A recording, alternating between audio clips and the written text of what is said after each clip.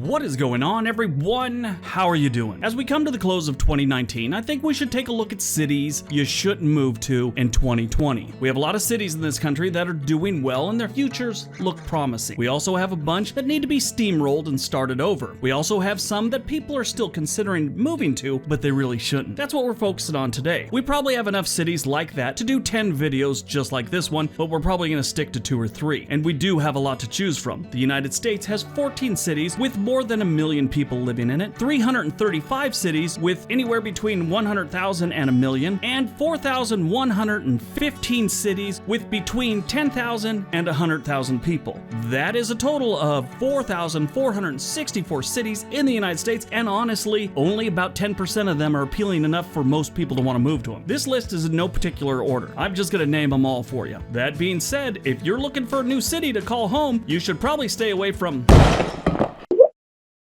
Number 10. Douglas, Arizona. Douglas is a small city in southern Arizona along the Mexican border and is often considered to be the worst city in Arizona. The reason it's the worst? Well, it sucks. That's the reason. It is a relatively poor city. Half the households earn less than $31,000 a year, and nearly 33% of the city's population lives below the poverty line. It isn't terribly dangerous, but the chances of someone stealing anything from your hubcaps to your home air conditioning unit are very high. I guess if you have hubcap insurance, you're good to go, so don't worry about it. Anyway, if you have a diploma from a major university like Harvard or Stanford, congratulations, you have something really cool to hang on your wall. They don't have many jobs that need that kind of education in Douglas. But if you're a sandwich artist, they have 2 subways that could really use a person with your talents. The population of Douglas is 16,576. Like I said, the poverty rate is about 33%. The violent crimes in 2018 were 249 for every 100,000 residents. The median home value here is only $88,000. Dirt cheap.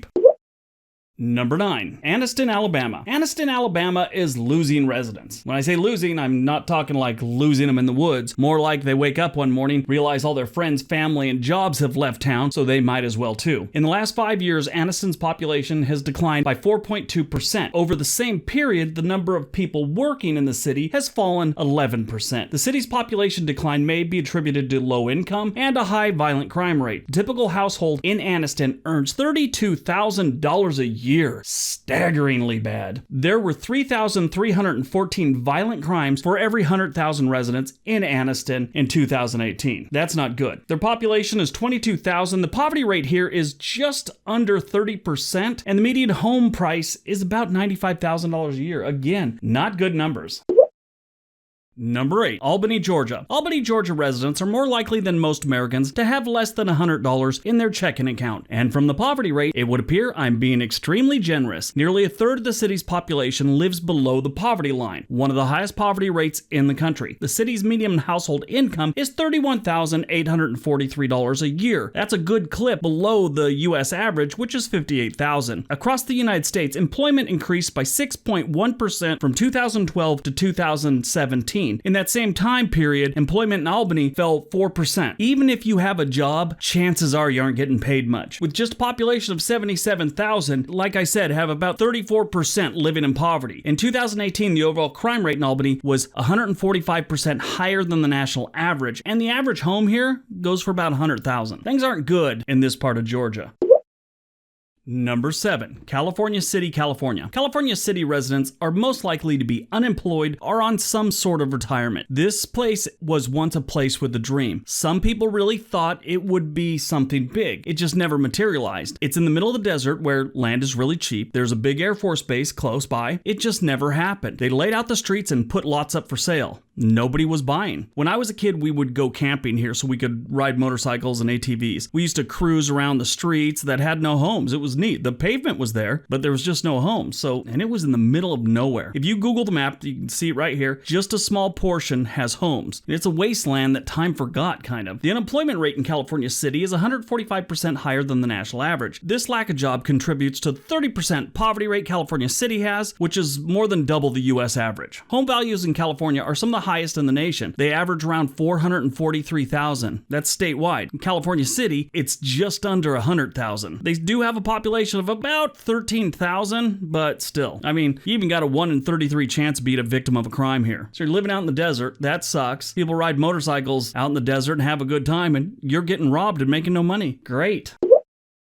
Number 6, Robstown, Texas. Robstown is a small city in southern Texas, just west of Corpus Christi. The city has had no jobs for years. Robstown has had an unemployment rate average of 8.1% over the last 5 years. That's well above the 4.1% national unemployment rate we got right now. Actually, that's the average unemployment rate for 2018. That's the last completed year, so don't waste your time correcting me. It fluctuates all year long. At the end of the year, they give you an average. We haven't completed 2019. Robstown has been losing residents for as long as they've been losing jobs. Those two things seem to go together all the time. It's funny how people are. If you can't survive someplace, you move on. It's nothing new. It's been going on since humans started walking upright and saying, hey, where did all the buffalo go? This place sucks. Looks like the buffalo figured that out long before us. Maybe we should follow them. Maybe we should quit using all that hemp stuff too. It's making us slow. Even though Texas ranks as one of the fastest growing states in the nation, Robstown's population shrunk by 2% over the last 5 years. Currently, they have a population of about 11,000 and a poverty rate of 35.1%. The overall crime rate in Robstown is 72% higher than the national average. The good news is you can get a house for under 60 grand.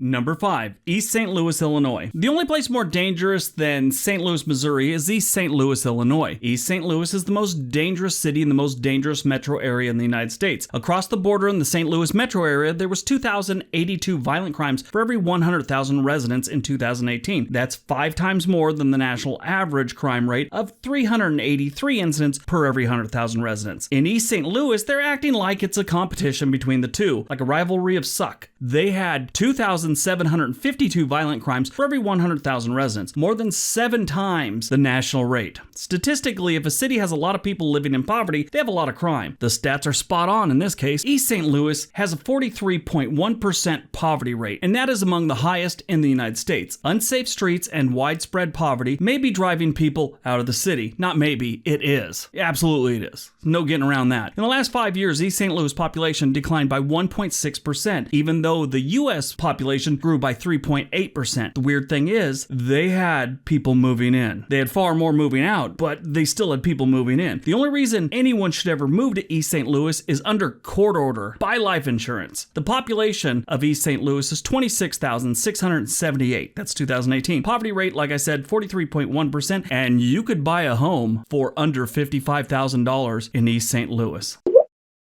Number 4, Yazoo City, Mississippi. Besides having one of the most ridiculous names of any city in the United States, Yazoo City, Mississippi is one of the poorest cities in the United States. At least half the households in Yazoo City earn less than $21,000 annually, and 49% of the population lives below the poverty line, more than triple the national average. What are these people doing? This city is so out of whack, I think the elected officials need to go back to school so they can learn how to run a city. Hell, at this point, if they sat down at a computer and played SimCity for a couple hours, they'd be moving in the right direction. Financial instability has everything to do with the area's weak job market. Unlike the majority of the U.S., Yazoo City has been shedding jobs like a person sheds fur coats on a street corner in Yuma, Arizona in July. The overall number of people employed in Yazoo City declined 15% between 2012 and 2018. They only have a population of about 11,000, and it's getting lower every year. But people are still moving there, which is really strange. I don't get it. In Yazoo City, you have a 1 in 25 chance of being a victim of a crime every single year.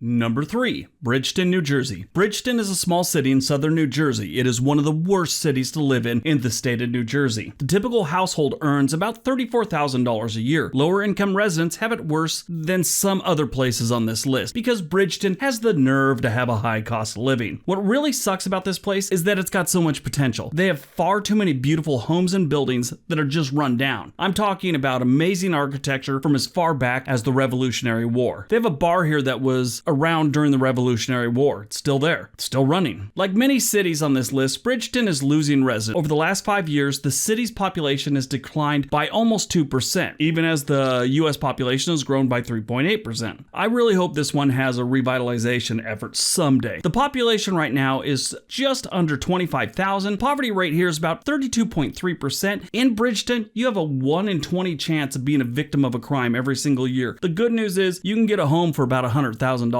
here. Number 2, Orange Cove, California. Congratulations, everyone. Earth has a purgatory, and it's called Orange Cove, California. If you're not sure what purgatory is, ask a friend that went to Catholic school. From what I gathered, my time at Catholic school, it's a place you go when you have impure thoughts about female classmates. If they didn't want us to have impure thoughts, maybe you don't dress up girls in plaid skirts and put them in the same building with a bunch of boys going through puberty. Problem solved. Orange Cove is one of the poorest cities in the country. Nearly 48% of the population in Orange Cove, which is about 10,000 people, live below the poverty line, and about half the households earn less than $26,000 a year. Low incomes and financial hardships are a direct result of nobody having jobs, as you can imagine. Funny how that works. You know it's bad when a 35-year-old man has to save up for 3 weeks to go to 7-Eleven to buy a Slurpee. That type of stuff's going on in Orange Cove, California, right now. The good news is you can get a house for about $114,000. That's not bad. And if you know anything about California real estate, that's shockingly low. Even in the crappy neighborhoods, you're looking at $250,000. And number 1, Bridgeport, Connecticut. Bridgeport is the only city in Connecticut and New England to be ranked among the worst places to live in the United States. Really, most places in New England are nice places to live. I mean, sure, you'll find little places here or there that kind of suck, but most places are nice. So congratulations, Bridgeport. You're bringing down the rest of New England. A relatively poor city, the typical household in Bridgeport earns about $44,000 a year, and more than 1 in every 5 residents live below the poverty line. Those on the low end of the income spectrum in Bridgeport are strained even further by the city's high cost of living. This is another one of those places that has the, sure, it sucks to live here, but we're gonna charge you like it doesn't mentality. Goods and services in Bridgeport are 30% more expensive than the national average. The Labor Department estimates that about 10% of the workers have been unemployed over the last 5 years. Now, the good news is the median home value is only about $170,000. Compared to the rest of New England, especially the cities, that's pretty cheap. Alright, so that is my top 10 worst cities to move to in the United States. Hope you got some information out of it. Hope you were entertained. Yeah, a lot of these places suck. I didn't do them in any particular order, so number 1's not really worse than number 10 or anything like that. I'm just gonna list a bunch. Probably do 1 or 2 more lists just like this one. Anyway, like I said, hope you enjoyed it. Don't forget all the links below. Hit subscribe, hit the like button. Join the membership of this channel if you're so inclined. Everybody have a great day. Be nice to each other.